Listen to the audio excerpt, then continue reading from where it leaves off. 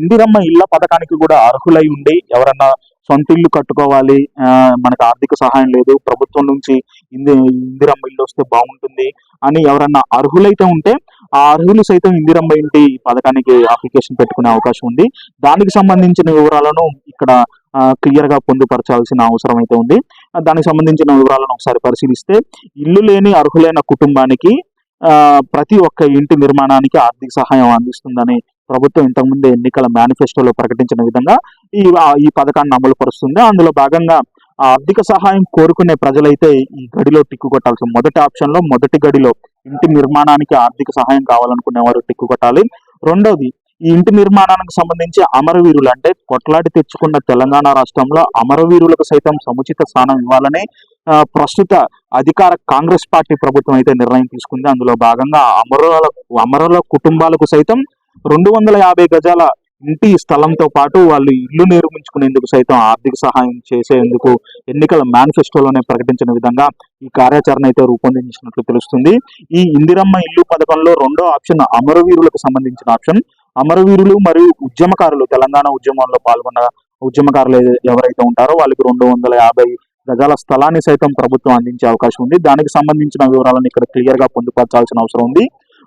అమరుల కుటుంబం అయితే ఆ కుటుంబం అవునైతే మా కుటుంబంలో ఎవరైనా అమరులై ఉంటే, అంటే ఉద్యమం సమయంలో ఎవరైనా అమరులై ఉంటే ఉద్యమంలో పాల్గొనే అవును అని ఇక్కడ గల్లోటికి కొట్టాల్సిన పరిస్థితి ఉంటుంది.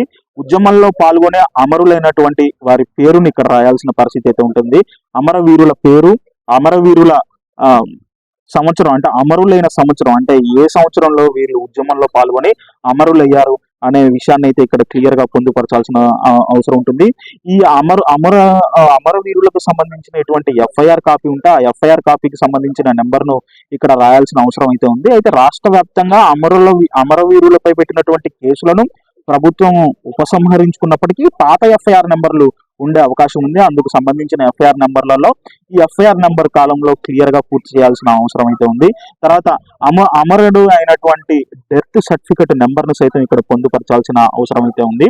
తర్వాత తెలంగాణ ఉద్యమంలో పాల్గొన్నారా అంటే ఉద్యమ సమయంలో, అంటే ఉవ్వెత్తున జరిగిన ఉద్యమాల్లో తొలిదశ మలిదశ ఉద్యమాలలో తెలంగాణ అంతవరకు కొట్లాడి తెచ్చుకున్న తెలంగాణ కార్యక్రమంలో భాగంగా ఈ తెలంగాణ ఉద్యమంలో పాల్గొన్నారా అయితే అవునైతే అవునని, కాదైతే కాదనే ఆప్షన్ లో మనం టిక్ కొట్టాల్సిన పరిస్థితి అయితే ఉంటుంది.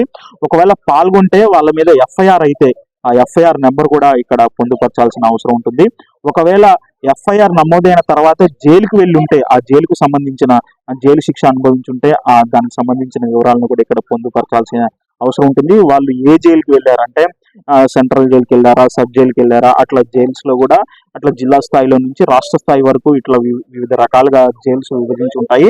ఈ కేసులకు సంబంధించి వాళ్ళు ఏ జైలుకి వెళ్ళారో, ఆ జైలు ఏ ప్రాంతంలో ఉంది, ఆ జైలు పేరేంటి, ఆ జైలు పేరు సబ్ జైలు, సెంట్రల్ జైలు, దానికి సంబంధించిన పేరుని ఇక్కడ క్లియర్ గా పొందుపరచాల్సిన అవసరం ఉంటుంది.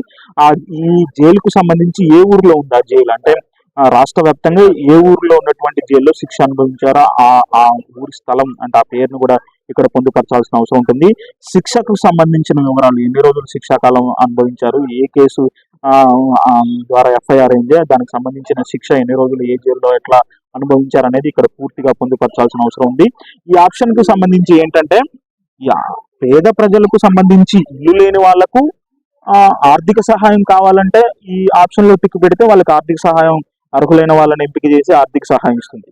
దీనితో పాటు ఉద్యమంలో యాక్టివ్ గా పాల్గొన్న ఉద్యమకారులకు, అదే విధంగా ఉద్యమంలో పాల్గొనే అమరజీవులకు కూడా సముచిత స్థానం కల్పించాలి, వాళ్ళ కుటుంబాలని ఆదుకోవాలనే ఉద్దేశంతో ప్రభుత్వం ఈ ఇందిరమ్మ ఇల్లు నిర్మాణానికి సంబంధించి వాళ్ళకు పెద్దపీట వేసిన పరిస్థితి అయితే ఉంది.